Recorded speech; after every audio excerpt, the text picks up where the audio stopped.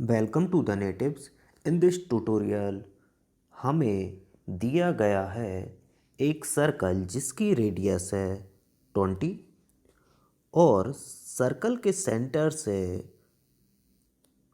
Rectangle के vertex की distance है 15 और रेक्टेंगल की वर्टेक्स से सर्कल तक की डिस्टेंस है 5 और ये दो रेडियस जो हैं इनके बीच एंगल है 90 degree.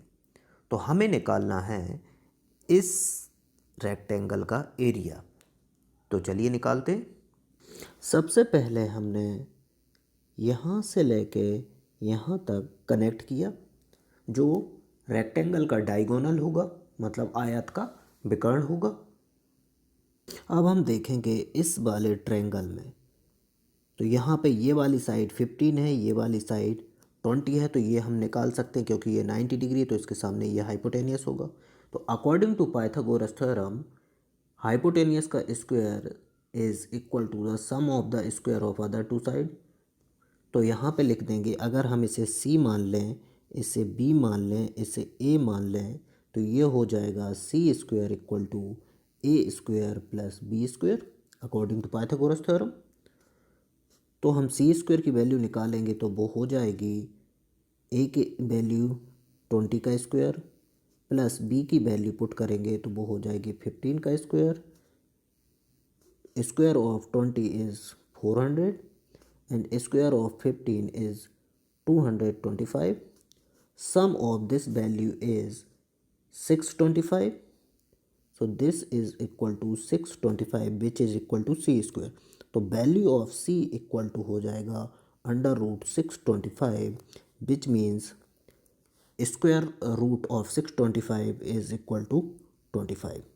So value of C is equal to 25. तो ये वैल्यू 25 होगी। अब हम क्या करते हैं कि हम सेंटर से कनेक्ट कर देते हैं रेक्टेंगल की जो वर्टेक्स सर्कल पर प्लेस है, इसको हमने कनेक्ट कर दिया और हमने माना इसकी जो विड्थ है रेक्टेंगल की वो B है और जो लेंथ है वो L है। Is that clear? This is our must nicer view. तो अब हम देखेंगे कि अगर हमारा सेंटर से लेके सेंटर से लेके जो हमारा पॉइंट है, ये सेंटर से लेके यहाँ तक जो वर्टेक्स है रेक्टेंगल की, वहाँ से ये जो बी हाई विड्थ और जो लेंथ है एल और ये वाली रेडियस सर्कल की, ये चारों मिलकर एक क्वाड्रिलेटरल बना रहे हैं जिसमें ये जो डायगोनल है उस क्वाड्रिलेटर का and this diagonal of rectangle also a diagonal of quadrilateral. तो यहाँ पे हमें एक क्वाड्रिलेटरल मिला। तो अकॉर्डिंग टू टोलेमी थ्योरम, तो हम वो देखेंगे सबसे पहले कि वो थ्योरम होती क्या है। तो थ्योरम जो है, थ्योरम ये बोलती है कि किसी भी साइक्लिक क्वाड्रिलेटरल में जो डायगोनल का मल्टीप्लिकेशन रहता है, multiplication of diagonal equal to रहता है अपोजिट साइड। यहाँ पे अपोजिट साइड ए है, ए डी है और यहाँ बी सी है, तो A D into B C plus A B into D C, A B into D C opposite side के मल्टीप्लिकेशन के सम के इक्वल डायगोनल का मल्टीप्लिकेशन होता है। तो आप समझ गए होंगे। तो यहाँ पे हम वही अप्लाई करेंगे। तो हम अप्लाई करेंगे यहाँ पे as per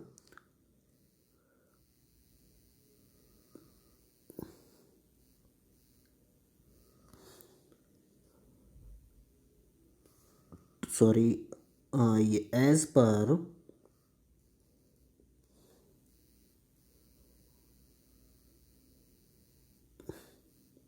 Ptolemy theorem, as per Ptolemy theorem क्या हो जाएगा, हमारा हो जाएगा मल्टीप्लिकेशन ऑफ डायगोनल।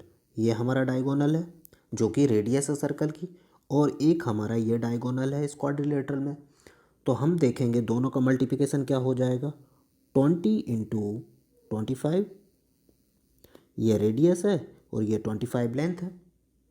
तो ये हो जाएगा 20 इंटू 25 इक्वल रहेगा अपोजिट साइड, ये एक साइड है, इसकी अपोजिट साइड बी होगी, तो 20 की अपोजिट साइड बी का मल्टीप्लिकेशन प्लस 15 इंटू एल, ये दोनों आपस में अपोजिट साइड है, तो ये हो जाएगा 15 इंटू एल। तो इसकी वैल्यू आ जाएगी 20 इंटू 25, और इन सारी इक्वेशन में हमने क्या किया, 5 का डिवाइड कर दिया, क्योंकि 5 का डिवाइड हो सकता है। तो यहाँ से 5 टाइम, ये 4 टाइम, ये 3 टाइम 15, तो यहाँ हो जाएगा 20 into 5 equal to 4 into B plus 3 into L. तो ये हो जाएगा 20 इंटू 5 हो जाएगा हमारा 100 इक्वल होगा 4b प्लस 3l। ये हमारी इक्वेशन हो गई फर्स्ट। अब अगर हम इस ट्रायंगल को देखें, BL और 25 जिसकी साइड है, यहाँ पे 90 डिग्री एंगल बनेगा, क्योंकि ये एक आयत का एंगल है, हमारा एक रेक्टेंगल का एंगल है, तो 90 डिग्री का होगा। तो यहाँ भी पाइथागोरस अप्लाई करेंगे, तो अकॉर्डिंग टू पाइथागोरस ये हो जाएगा स्क्वायर ऑफ 25 इक्वल टू होगा L square plus B square. So L square plus B square equal to 625। अब हम L की वैल्यू इस इक्वेशन से निकालेंगे। इस इक्वेशन से अगर हम L की वैल्यू निकालें तो L की वैल्यू क्या हो जाएगी, देखिए, तो 3L इक्वल टू लिख सकते हैं हम 100 माइनस 4B। तो L इक्वल टू क्या हो जाएगा, 100 माइनस 4B अपॉन 3। ये वैल्यू हम पुट कर देंगे। तो हमने पुट की, तो यहाँ L की जगह हमने ये वैल्यू पुट की, तो ये हो जाएगी हमारी, ये हो जाएगी 100 minus 4B, 100 minus 4B upon 3 का whole square plus B square equal to 625। अगर हम नीचे इसका स्क्वायर करें तो ये नीचे इसका स्क्वायर क्या हो जाएगा, 9। तो इसको हम नीचे 9 लिख सकते हो। 9 एलसीएम ले लें, अगर हम 9 एलसीएम ले लें तो यहाँ इसका स्क्वायर ओपन किया तो ये हो जाएगा 10,000 ए का स्क्वायर प्लस बी का स्क्वायर मतलब 16 B square minus 800 B, A square plus B square plus 2ab plus यहाँ पे b है और एलसीएम हमने 9 लिया है, तो यहाँ हो जाएगा 9 बी स्क्वायर इक्वल टू होगा 625। ये हमारा बना। तो अब इसको हम ऊपर लिख लेते। अब हम इस 9 को यहाँ बाई क्रॉस मल्टीप्लिकेशन से मल्टीप्लाई कर देते हैं, तो यहाँ आएगा हमारा 10,000 plus 16b square minus 800 B plus 9b square equal to 9 into 625 हो जाएगा हमारा 5625। ये हो गया। अब यहाँ हम देखेंगे, यहाँ 16 है, यहाँ 9 है, दोनों को एडिशन कितना हो जाएगा, 25 बी स्क्वायर, ये 800 बी माइनस 800 बी, ये 10,000 प्लस 10,000, इसमें से हम इसको इस साइड ट्रांसफ़र कर लिए तो ये हो जाएगा -5625 इक्वल टू 0। ये हमारी इक्वेशन बन जाएगी। तो ये इक्वेशन आएगी 25b स्क्वायर माइनस 800b, 10,000 में से 5,625 को आप माइनस करेंगे तो ये वैल्यू बचेगी 4,375 इक्वल टू 0। अब ये सारी इक्वेशन को हम क्या करें, 25 से डिवाइड कर दें, डिविजिबल है ये 25 से, तो हम 25 से डिविजिबल करिए, 25 कैंसिल, 25 को 800 से में डिवाइड करेंगे तो आएगा आपका 32। तो यहाँ पे आया B square minus 32b and 4375 को आप डिवाइड करेंगे 25 से तो वैल्यू आएगी 175 इक्वल टू 0। ये हमारी इक्वेशन बनी सेकेंड।